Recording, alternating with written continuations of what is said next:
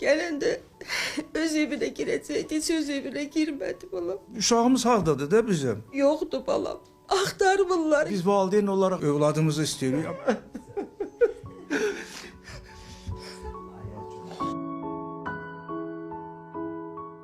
Bakıdakı özəl kliniklərdən birində çalışan və 6 ildir ki, xarici şirkətlərdən birinə məxsus gəmidə həkim kimi fəaliyyət göstərən 33 yaşlı Tural Sultanovdan təxminən 37 gündür ki, xəbər yoxdur.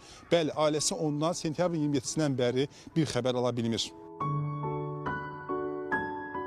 İyulun axırı idi, mənim balam getdi. Əslində avqustun axırı o gəlməli idi. Bir ay orada olurdu, bir ay evdə olurdu. Və zəng elədi ki, əvəz edici həkim başqa gəmiyə göndərirlər. Bəs onun yerinə qalacam, sentyabrda gələcəm. Avqustun 17-si 33 yaşın orada gəmi heyəti onun ad gününü qeyd elədi. Hadi hadi, getdi, çaşırın.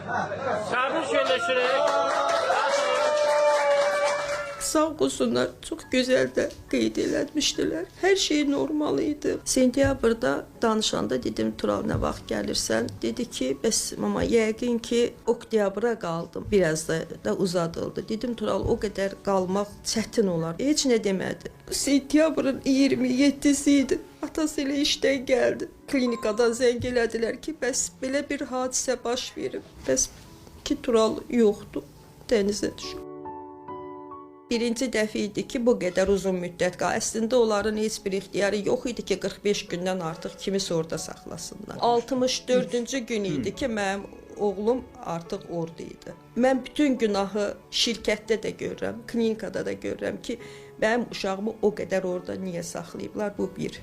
İkincisi də ki, mənim uşağımın axtarışında heç bir nəticə yoxdur ortada. Əvvəlki günlər yəqin ki, axtarıblar, amma sonra heç bir axtarış yoxdur. Kimdən soruşursan, istəyir gəminin heyəti olsun, klinika olsun.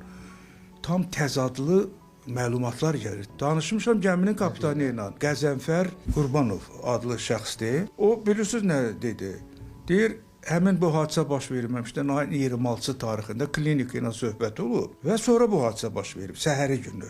Bunun telefonu nə olan quruğudur ki, indiki dövrdə onu sındıra bilmirlər parolun. Biraz soyuqqanlılıq.